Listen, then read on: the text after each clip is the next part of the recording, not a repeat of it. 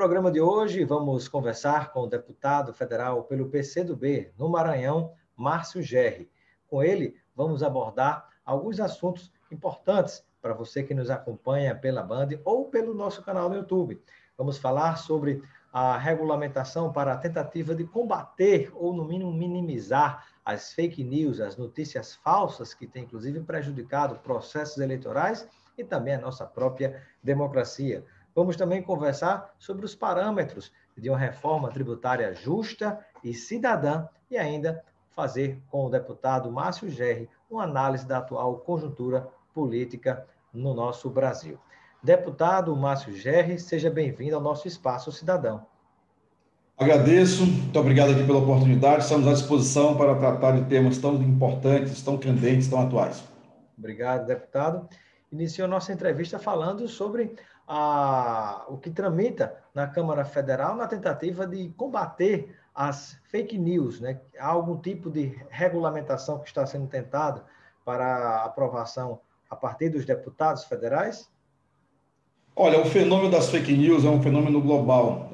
Eu costumo lembrar um texto de um professor que a gente usou muito na universidade, quando eu tive a honra de ser professor da universidade, o Albino Rubi Canelas, que falava sobre a Idade Mídia. E nós temos alguns paradoxos na Idade Mídia. Um deles é que as oportunidades desta sociabilidade midiática, deste mundo midiático, de vez em quando aparece associado, paradoxalmente, a traços da Idade Média, do obscurantismo, né, do controle. Então, esse é um evento contemporâneo que nos desafia muito, é super importante nós tratarmos dele.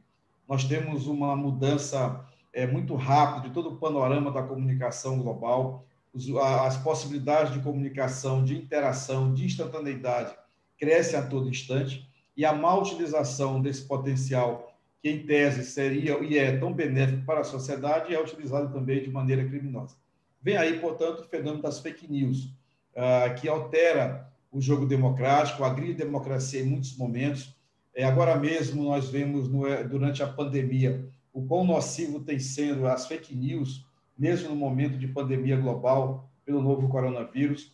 Então, é um fenômeno, é um acontecimento contemporâneo que nós temos que tratar. O desenvolvimento da tecnologia vai ultrapassando os marcos legais. Isso acontece desde sempre. Você tem um ordenamento jurídico para um mundo X. Esse mundo X evolui, você precisa evoluir o marco jurídico também. Então, neste caso da comunicação, vem sempre se exigindo adequações.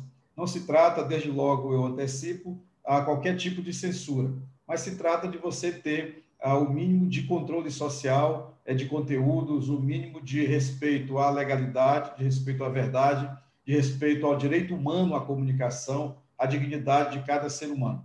Então, também, deputado, o fenômeno das fake news. E também, deputado, poder ter a certeza de que, assim como acontece nos veículos de comunicação tradicionais, de rádio, de televisão, de jornal, os blogs e sites, que quando há algum abuso, alguma notícia falsa, você consegue chegar até o responsável daquele veículo e aplicar uma determinada punição, ou, no mínimo, fazer com que a pessoa vá se redimir de algum erro brutal, grotesco, como é comum acontecer, mas do jeito que está hoje, com redes e mídias sociais, sobretudo com empresas que nenhuma delas é empresa brasileira, né? É interessante falar sobre isso, porque eles têm, sim, o mecanismo de controle, de permitir que determinados conteúdos se propaguem numa velocidade maior para a quantidade maior de pessoas, ou mesmo de restringir.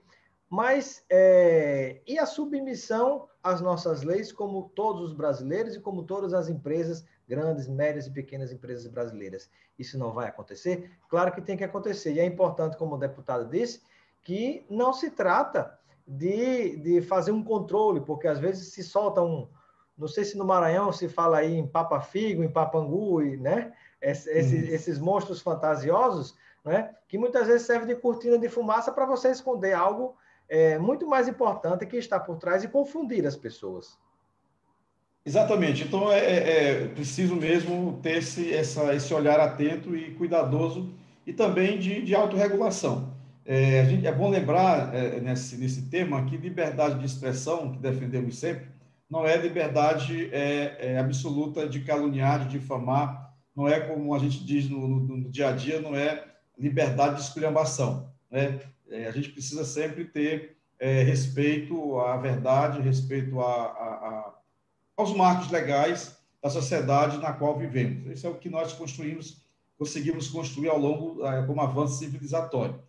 Então, é muito importante isso, e é por isso também, Robson, que todos os países do mundo buscam processos de regulamentação disso aí, de ter um marco legal para coibir fake news. Nós vimos isso em todo o mundo europeu, nós vimos isso nos Estados Unidos, e esse debate também chegou até nós aqui no país. Eu participei da CPMI da fake news, assim, casos absurdos. Nós tivemos recentemente, comprovadamente, um processo eleitoral muito marcadamente afetado pelo fenômeno das fake news, me refiro ao processo de 2018. Essa má utilização da fake news para fins politiqueiros continua a existir. Nós temos que, no aperfeiçoamento da democracia, encontrar caminhos para, de um lado, manter a absoluta liberdade de expressão, mas, ao mesmo tempo, evitar que esses meios que a mídia nos oferece atualmente sirvam para o cometimento de crimes. Estamos conversando com o deputado federal Márcio Gerri, do PCdoB do Maranhão. Falamos aqui, neste primeiro momento da entrevista, a respeito de projetos de lei de combate à fake news, né? E antes de avançarmos para o próximo tema, deputado, o que há hoje de projeto, de discussão, tramitando a respeito dessa temática? Olha, tem uma proposição para a qual convergem já muitos debates. Esse debate sempre foi matizado por duas necessidades. A primeira de que, evidentemente, precisamos regular, mas, ao mesmo tempo, não podemos, à guisa de regular, fazer qualquer restrição à liberdade de expressão. Então, nós temos esses cuidados sempre, para que a gente não tenha uma inibição de algo que é positivo, de fazer com que a sociedade exercite as possibilidades que a mídia nos oferece de comunicação, não só de massa, mas de comunicação interpessoal, de produção de conteúdos, de veiculação da imensa variedade política, ideológica e cultural do nosso país. Precisamos ter um cuidado e uma atenção muito especial com os núcleos produtores de informações em escala global. Você fez referência a isto, e é verdade. Nós temos 2, 3 empresas que vão se fundindo em 3, 4 empresas que vão se fundindo em duas, e vão exercendo um monopólio global acerca disso, e a partir daí outras coisas vão acontecendo. Nós temos um debate acerca disso, já tematizado em inúmeros ensaios, em livros, em estudos, em pesquisas, em filmes, em documentários, que mostram um processo muito eficaz de manipulação, de agendamento de não temas, né, de proliferação de intolerâncias, todos eles trafegados cientificamente, né, bem planejados por essas possibilidades de comunicação. Então, isso é algo muito grave que a gente precisa realmente debater e conter. E que tudo isso, deputado, parte, inclusive, né, de uma mudança no marco regulatório, isso no mundo, que aconteceu anos atrás, não me recordo se já tem cerca de 10 anos, pelo menos, que foi a respeito do controle da internet. Né? Internet que, inclusive, cada vez mais está chegando aos cantos mais longínquos do mundo e do Brasil, financiado pelas pessoas em particular que vão adquirindo, fazendo seus planos de aquisição de internet, como também financiado pelos governos estaduais, federal, governos municipais, para dar acesso à população à internet, mas todo esse tráfego, hoje, do ponto de vista global, ele tem um controle que não é nem brasileiro, inclusive. Exatamente. Então, assim, a gente tem, inclusive, não dá para discorrer aqui agora nesse tempo, mas nós temos já, assim, consolidadas muitas conclusões acerca da utilização, digamos assim, na geopolítica mundial, na alteração de situações em vários países do mundo a partir de ataques cibernéticos. Todos nós sabemos que tal fator parece coisa de filme de ficção e não é. Ataques cibernéticos bem planejados, bem articulados, com fins determinados. O Brasil experimentou em 2013 algo que até hoje não foi plenamente elucidado e sobre o que recai muitas suspeitas de ataques dirigidos, tal como foi alertado pelo Serviço Secreto à época da Turquia, ao governo brasileiro, como já é sabido, e também pelo governo da Rússia, como já é sobejamente sabido, ali antes daqueles eventos de maio de 2013. Então, não é ficção, é realidade. E nesta realidade, nós temos a utilização dessas imensas possibilidades de comunicação para essa criação de situações artificiais de controle, de disseminação em massa de determinados conceitos, enfim, de fazer com que de dar suporte a toda uma campanha ideológica em escala global. E que, finalizando essa questão, deputado, eu me recordo que um dos primeiros acontecimentos que tomou proporções mundiais foi exatamente a derrubada de Hosni Mubarak no poder do Egito, né? Aquele fenômeno da ocupação da Praça Tahrir, que parecia aparentemente uma movimentação espontânea da população, mas que, na verdade, sob a égide dos Estados Unidos, apenas se trocou um ditador por outro e até hoje vive esse conflito sem fim. E aí um aspecto importante, que essas elaborações bem estruturadas de discursos disseminados em massa, eles aparentam sempre ser espontâneos. Perfeito. Deputado Márcio Gerri, quais são os parâmetros de uma reforma tributária mais justa e cidadã, né? Que talvez essa seja a principal reforma que o Brasil precisa, ou já precisava muito tempo atrás, mas, por incrível que pareça, até agora é a reforma que tanto se fala, mas na prática não saiu do papel, pelo menos do ponto de vista de que ela chegue de uma forma a praticar mais justiça social para todos. Exatamente, esse é um debate que vai e volta e a gente não resolve, né? E quando quer resolver, muitos querem resolver a toque de caixa, praticamente em rito sumário. É importante perceber o que ocorre no mundo, é importante fazer um cotejamento das políticas tributárias de países, até mesmo países, muita gente reclama de situações no Brasil, se escora em supostos exemplos dos Estados Unidos e não enxerga, por exemplo, que as diferenças que há entre carga tributária lá e cá. Nós temos uma carga tributária absolutamente injusta. É quase que um exotismo global hoje o que acontece no nosso país. Um dos 2 países do mundo, por exemplo, que não tributa dividendos e lucros, por exemplo, né? Nós Brasil e a Estônia, se não me falha a memória, deputado, é isso? Brasil e Estônia, perfeitamente. Brasil e Estônia, né? É que não tributam os lucros e dividendos, né? E vamos explicar para quem está nos acompanhando, o telespectador e o internauta, o que seria isso, né? Tributar lucros e dividendos, porque as empresas, né, que têm um patrimônio violento, às vezes reclamam, mas a gente já paga imposto. Não é bem assim, né? Exatamente. Então, assim, nós temos uma permissividade para quem tem mais, e uma política injusta na sua escala, do topo da chamada pirâmide social até sua base. O que nós vemos agora nesse momento do ano da pandemia, e que estamos chegando ao final dele? Vários países anunciando a tributação de grandes fortunas. Vimos isso agora recentemente na Argentina, estamos lendo nos jornais de ontem e hoje o que ocorre também aqui na Bolívia, países vizinhos ao nosso, e nós temos então que dar uma sacudida nesse tema do financiamento do Estado brasileiro. Tem muita gente que todas as vezes que fala de reforma tributária, vai logo dizendo que é preciso diminuir o tamanho do Estado. Não sabe que no Brasil, na verdade, o Estado não chega ainda para milhões e milhões de brasileiros e brasileiras. Nós não temos a presença do Estado com a saúde, a segurança, a educação, a infraestrutura urbana, água e saneamento, em muitos e muitos milhões, de muitas e muitas milhões de residências, de casas de brasileiros. Nós não temos sequer casa para todos. Então, nós precisamos encontrar um caminho capaz de financiar, de garantir que o Estado brasileiro assegure políticas públicas garantidoras de direitos. Depois, é preciso que tenha uma reforma tributária que impulsione o mercado brasileiro. Nós não queremos uma reforma tributária que tire do cidadão e que não transforme isso em impulso para o desenvolvimento. Nós temos que fazer também com que haja o Estado que arrecada em condições de impulsionar a política de desenvolvimento, financiamento de todos os setores das cadeias produtivas, enfim. A gente precisa dar uma reorganizada geral. Esse debate da progressão e da regressão... Até para que as pessoas entendam, deputado, é importante citar um exemplo, né, dados da Oxfam Brasil, né, que é o braço da Universidade de Oxford, né, o instituto que faz pesquisa e levantamento aqui no Brasil, mostra, por exemplo, né, com muita precisão, isso é informação, isso é dado, isso é fato, né, que 1% dos brasileiros Se somar a riqueza deles todos, eles têm o mesmo ou mais do que a metade da população brasileira, ou seja, mais de 110 milhões de brasileiros. Se você somar a riqueza todas essas pessoas, não dá a riqueza de 1%. Né?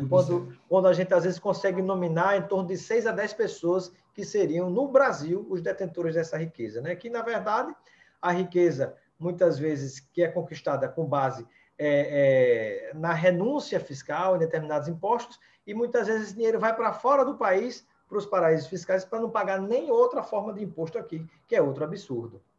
Exato. Então, assim, você veja que nos teus exemplos, bem lembrados exemplos, a gente vê a crueza, a dureza dessa assimetria, dessa contradição. Então, nós precisamos encontrar uma coisa muito simples. Eu até aproveitando aqui o momento natalino de Ano Novo, uma coisa muito cristã, que é a ideia da partilha. Nós precisamos encontrar um caminho de solidariedade social, de solidariedade econômica, de fazer com que o Brasil encontre um caminho de desenvolvimento sustentável, mas que esse desenvolvimento sustentável carregue consigo a garantia de direitos. E a gente só vai assegurar direitos se a gente tiver financiamento. E esse financiamento não cairá do céu. É a riqueza social que o produz. Agora, a riqueza social produzida precisa ser melhor distribuída, mais justamente distribuída. É um desafio que, posto assim, dito desta forma, parece um debate conceitual de ideologia de política. Não é, não. Também, mas não é apenas. Muitos diriam que isso seria, deputado, muitos diriam que isso seria papo de comunista. Né? Papo de comunista. Papo de comunista. Aliás, mas você vai para os Estados Unidos, por exemplo, os Estados Unidos já praticam isso. Não é? Já praticam o maior símbolo do império capitalista, né? Extremo oposto ao comunismo, pratica essa forma de gestão de cobrança de imposto mais justa. Muita gente trata, por exemplo, o direito à herança como uma coisa absolutamente sagrada no Brasil. Se você for pegar a tributação de herança nos Estados Unidos, você vai encontrar um sistema justo. Né? Há uma tributação sobre herança que é imensamente maior que a do Brasil, com os limites a 7%, em alguns estados, naquilo que lhes compete fazer. Então, tem muitas dificuldades. E não seria, deputado, lhe interrompendo, não seria, na verdade, tributar qualquer pessoa a pessoa tem uma casinha pobrezinha popular, não. O pai morreu, vai passar para o filho e vai pagar o imposto. Não é isso, mas as grandes fortunas, as gigantescas e bilionárias, né, quando não trilionárias, fortunas. Espaço Cidadão de hoje, conversando com o deputado federal Márcio Gerri, do PCdoB do Maranhão. E agora vamos fazer uma análise de conjuntura, conhecer a visão do deputado a respeito do momento que vive o Brasil nessa transição de 2020 para 2021, a respeito do cenário nacional e as perspectivas de futuro em relação ao poder no Brasil. Deputado Márcio Gerri, e qual a avaliação que você faz hoje, inclusive, do resultado, do recado das urnas de 2020? Olha, eu acho que, em primeiro lugar, o recado das urnas nos recomenda a nós, do campo democrático, dos que têm compromisso com a Constituição, com as leis e com o Projeto Nacional de Desenvolvimento, ela nos recomenda a ter cautela e buscar incessantemente a unidade ampla, não apenas entre o campo da esquerda e seus partidos e movimentos sociais, mas uma unidade que alargue, que vá mais ao centro, que salvaguarde a democracia, que faça contraponto a toda a agenda absurda liderada pelo atual presidente Jair Bolsonaro, que é uma agenda trágica para o Brasil em todos os aspectos. Então, nós precisamos colher de 2020, do resultado eleitoral, ensinamentos que nos faça trilhar para recompor campo e para construir vitórias em 2022, de modo a que o Brasil possa se reposicionar, sair da posição humilhante que se encontra hoje no Conselho das Nações, ou seja, mundo afora, sair de impasses tão graves como é o impasse envolvendo a pandemia. Nós temos hoje mais de 40 países do mundo vacinando e o Brasil sem previsão de vacina para a Covid-19. Um presidente que desdenta a democracia seguidamente. Estamos terminando 2020 sem perspectiva da data de começar essa vacina, né? Essa vacina. Então, a gente precisa, em primeiro lugar, tirar de 2020 ensinamentos que nos organizem, porque nós temos um campo político forte no Brasil inteiro, lideranças expressivas, adesão social, precisamos encontrar caminho de organizar e transformar isso em força material, em energia, em vitórias eleitorais e reposicionamento do Brasil para que a gente possa ter um programa capaz de gerar emprego, de gerar renda, de resolver, de enfrentar os problemas da saúde nesse pós-pandemia, enfim, de fazer com que a gente tenha um país que haja um presidente da República. Esses 2 dias, o que nós temos mais visto aqui e mundo afora é a constatação de que o Brasil está efetivamente sem presidente da República. Sem dúvida. Deputado Márcio Gerri, e quando o deputado fala na importância da união, não só dos setores à esquerda, mas também considerando o próprio centro, sobretudo que congregue as forças democráticas, por onde passa? Quais são os caminhos para essa união, né? Como é que é possível se articular tudo isso, por exemplo, diante de uma hegemonia de votos, de resultados do próprio PT, por exemplo, que alguns partidos à esquerda acabam reclamando internamente dessa própria questão? Eu acho que é preciso ter muita humildade, todos nós. Eu integro o PCdoB. Nós temos uma bancada de 9 deputados federais, uma bancada numericamente pequena, mas como o Brasil inteiro sabe, muito aguerrida, muito influente no parlamento brasileiro. Temos um governador de muita projeção no Brasil hoje, que é o governador Flávio Dino, tem sido uma voz ativa no combate aos desmandos do presidente Bolsonaro e, ao mesmo tempo, uma voz ativa no diálogo com todos os setores democráticos para que nós possamos caminhar para esta frente ampla. Passa, portanto, pelo diálogo incessante. No Maranhão, nós, para derrotar o poder oligárquico, fizemos um caminho de coalizões e organizamos um movimento chamado Diálogos pelo Maranhão. Nós precisamos fazer os diálogos pelo Brasil, reunir amplos setores, convergir, construir consensos, buscar caminhos, não ter visões hegemonistas, ou seja, aquelas visões de que ou é com o meu partido ou não é com ninguém, não. Nós precisamos ter muita humildade para trilhar esse caminho. Eu acho, Robson, que é um exemplo bom neste momento que estamos aqui reunidos conversando com nossos telespectadores e internautas. O que acontece hoje na Câmara dos Deputados. Nós compusemos um campo político que reúne setores que têm grandes diferenças na agenda econômica, mas tem uma enorme confluência na agenda democrática.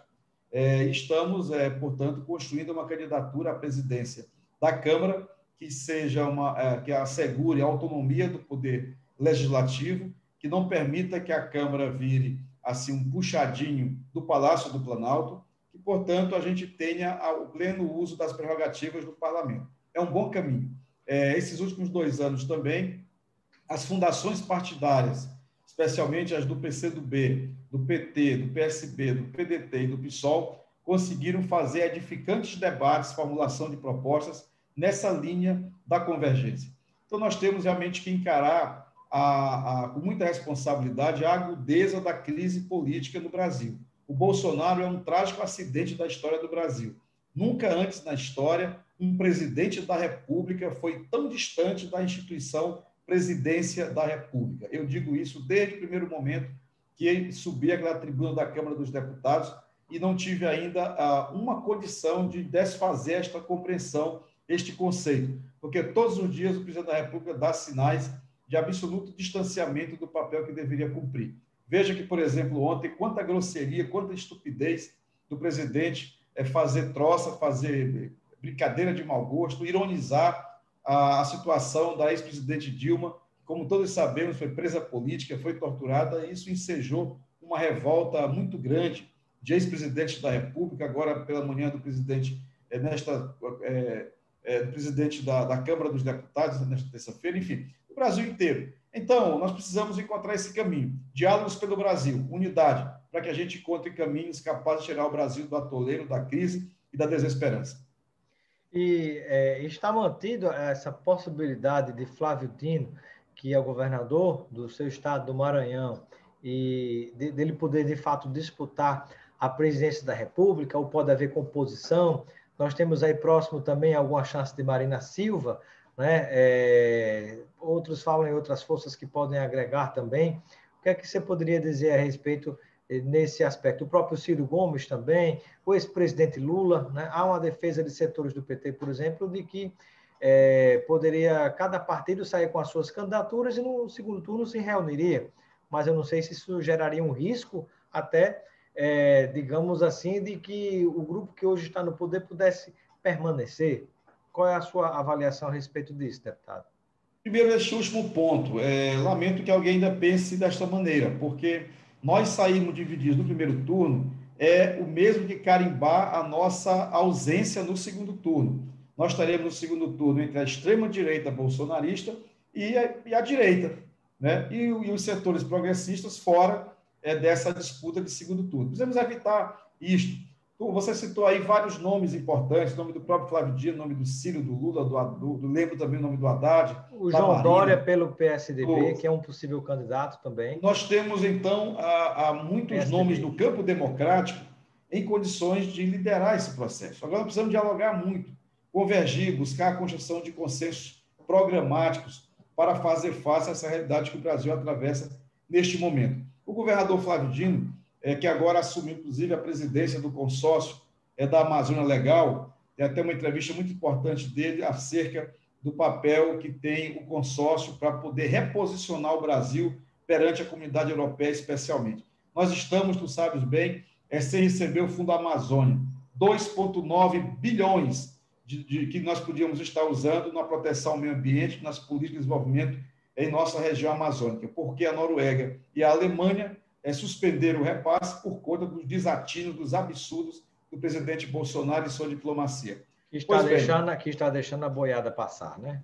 Está deixando a boiada passar, exatamente.